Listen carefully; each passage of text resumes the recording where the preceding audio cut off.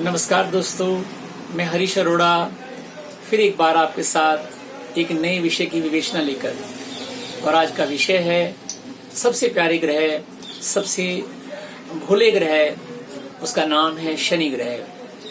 शनि जो सूर्य का पुत्र है, राजा का पुत्र है, लेकिन उसने कभी राजा का पुत्र होने का एडवांटेज नहीं लिया। अपने आप को एक मजदूर से जोड़ा और अपने आप को स्थापित किया अपनी मेहनत से, अपनी ईमानदारी से, अपनी शिद्दत के साथ। और देखिए वो न्यायकर्ता हो गया, कोतवाल हो गया।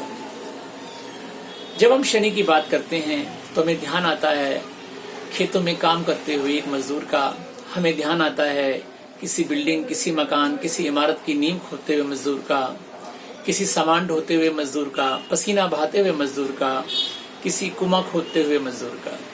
हाँ जी, आप सही समझे, शनि प्रतीक है मजदूर का, मेहनत का, पसीने का। शनि क्या चाहता है हम समझ लें। शनि चाहता है तो मेहनत करो, ईमानदारी से मेहनत करो, शाकाहारी बनो, किसी तरह का व्यभिचार मत करो, अपनी नियत सही रखो, किसी गलत कृत्य में मत जाओ, सट्टा बाजार मत करो, तेजामंदी मत खेलो। स्टार कहता है, ये ग्रह कहता है, शनि कहता है तुम नशा मत करो, शनि कहता है गुटखा मत खाओ, शराब मत पियो। अगर हम इन सब चीजों से अपने आप को अलग कर लेते हैं तो शनि हमारा सबसे बड़ा मित्र है, सबसे बड़ा मददगार है। शनि अगर लगन में आता है, पहले घर में आता है, वो क्या कहता है? वो घर है हमारे पूर्वजों का। वो कहता है जो आपसे बड़े हैं, जो घर के बुजुर्ग हैं, हम उनका आदर करें, सम्मान करें, उनको सम्मानित करके चलें और अपनी प्रवृत्ति को ठीक करें।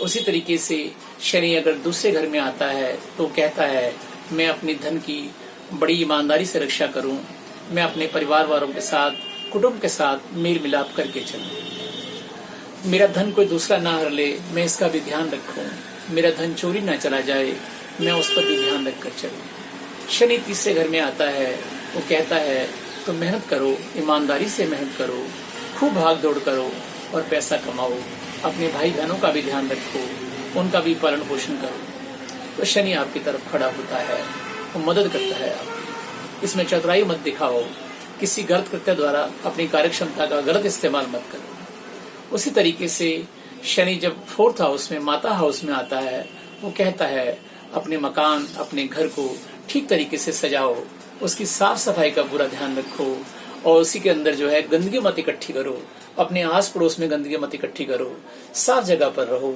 अपनी माता का ध्यान रखो जिसने आपको जन्म दिया है, घर के बाहर सफाई रखो, रोज अपनी दहलीज को धो।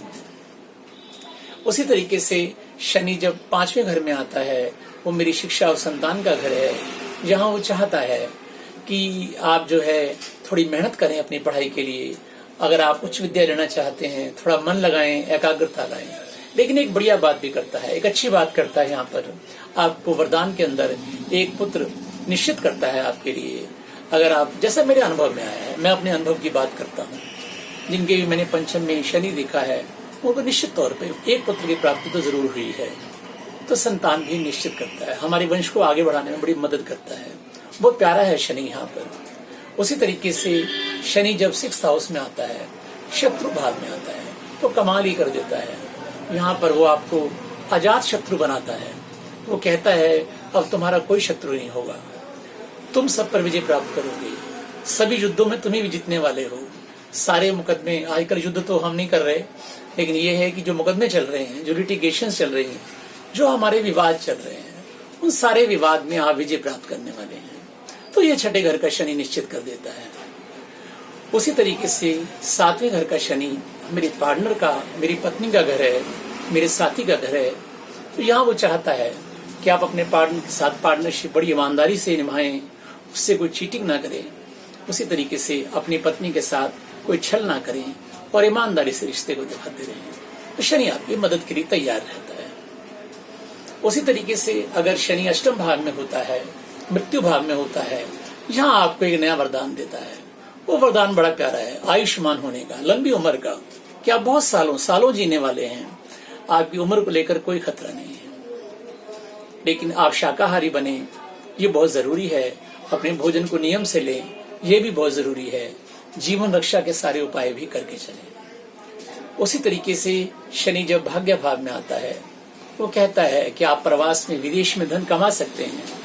आपके सारे कंसाइनमेंट जो है वो ओके होंगे और उनकी पेमेंट भी आपको मिलेगी। लेकिन शर्त यही होगी कि आप ईमानदारी से अपना काम करेंगे और सही तरीके से आप काम करेंगे, तभी आपको, और अपनी रुचि जो है धर्म या अध्यात्म से जोड़कर भी रखेंगे, तो निश्चित तौर पे आपको विदेशों से धन की प्राप्ति होती रहेगी। उसी तरीके से जब वो काम वाले घर में 10th हाउस में आ जाता है, तो यहाँ तो ये कमाल ही कर देता है। यहाँ पर आपको ये मौका देता है कि आप खुद भी रोजगार कमाएं और बाकी लोगों को भी रोजगार दें। आप यहाँ कारखाना लगा सकते हैं, आप प्रोडक्शन यूनिट लगा सकते हैं, मैन्युफैक्चरिंग कर सकते हैं, आप यहाँ मजदूरों की सेवा कर सकते हैं और खुद भी मजदूरी कमा सकते हैं।